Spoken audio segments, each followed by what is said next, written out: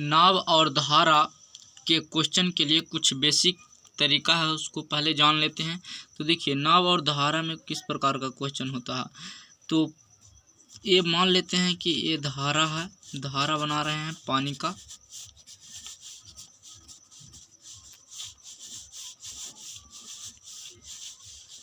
ये धारा है और ये धारा, इसको में एक नाव बना दिए, नाव है। अब देखिए, ये धारा है जो इसी दिशा में चल रहा है, ये धारा पानी का जो है जो इसी दिशा में चल रहा है, और नाव भी है जो इसी दिशा में चल रहा है। एक इस तरह का क्वेश्चन होता है, और एक होता है धारा है जो पानी का जो इस दिशा में चल रहा है, और नाव है जो इस दिशा में चल रहा है, उल्टा दिशा में। इस तरह दो तरह का क्वेश्चन होता है। तो देखिए, इसको हल करने के लिए सबसे पहले हम मान लेते हैं कि ये जल, पानी का जो धारा होता है, तो धारा का चाल मान लेते हैं कि बाई है। धारा का चाल बाई मान लिए, तो चाल किलोमीटर प्रति घंटा में मान लिए हैं। धारा का चाल 22 किलोमीटर प्रति घंटा मान लिए। अब नाव का चाल मान लेते हैं कुछ। तो देखिए, नाव का चाल मान लेते हैं, सिर्फ नाव का चाल। तो नाव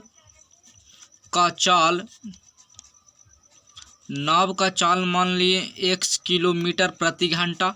अब देखिए, दोनों को मान लिए। अब क्वेश्चन आएगा कि धारा के दिशा में नाव का चाल। तो देखिए, धारा का दिशा में मतलब धारा इसी दिशा में चल रहा है और नाव भी इसी दिशा में चल रहा है, मतलब धारा के साथ चल रहा है। तो इसको निकालने के लिए हम एक ही दिशा में धारा और नाव की चाल क्या हो जाएगा, स्पीड ज़्यादा हो जाएगा। धारा जिस दिशा में जा रहा है उसी दिशा में नाव जाएगा, तो धारा जो नाव का चाल है जो स्पीड ज़्यादा हो जाएगा। तो स्पीड ज़्यादा होने के लिए क्या करना पड़ेगा, तो हम इसको जोड़ देंगे, नाव का चाल और धारा का चाल दोनों जोड़ देंगे तो स्पीड ज़्यादा हो जाएगा।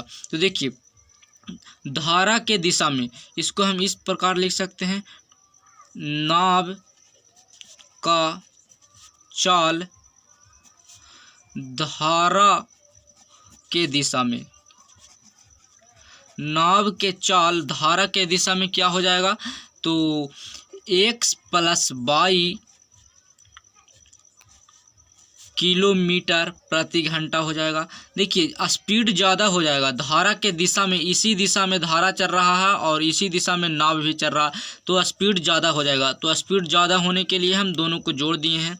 अब एक क्वेश्चन आता है विपरीत दिशा में, तो इसको इस प्रकार लिख सकते हैं, नाव का चाल धारा के विपरीत दिशा में, तो विपरीत दिशा के लिए कम हो जाएगा चाल, स्पीड है जो नाव का जो कम हो जाएगा, क्योंकि धारा है जो इस दिशा में चल रहा है और नाव है जो इस दिशा में चलेगा, तो दोनों को स्पीड है जो कम जाएगा। तो स्पीड कम जाएगा तो इसको लिए हम माइनस कर देंगे, तो x - 22 किलोमीटर प्रति घंटा हो जाएगा चाल। तो देखिए, ये नाव के विपरीत दिशा के लिए ये हो गया और नाव के दिशा के लिए ये हो गया, तो दोनों को हम याद रखेंगे, इसी से क्वेश्चन बनेगा। अब एक इसको में आएगा दूरी और चाल और समय का फार्मूला यूज। तो इसको दूरी बराबर सूत्र होता है, दूरी बराबर चाल गुना समय। इसको एक फार्मूला है जिसको याद रखेंगे। इसको एक ट्रिक भी है, इसको भी याद रख सकते हैं। इस प्रकार है, एक त्रिभुज बना लेंगे और त्रिभुज बनाकर इसको में इस प्रकार से कर देंगे, त्रिभुज को दो भाग में बांट देंगे, ऊपर लिख देंगे दूरी और इसको दो भाग में बांट देंगे नीचे की, और इसमें लिख देंगे चाल और इसमें समय। अब देखिए, जिसको निकालना है, दूरी का फार्मूला निकालना है, तो दूरी को हम इस तरह से बंद कर देंगे और दूरी को हम बंद कर देंगे इस प्रकार से, तो दूरी बराबर पता चल जाएगा चाल गुना समय। चाल का फार्मूला हमको पता करना है तो दूरी बटा समय हो जाएगा, समय का फार्मूला दूरी बटा चाल हो जाएगा। इस प्रकार से हम निकाल सकते हैं, तो इसको भी याद रख सकते हैं आप।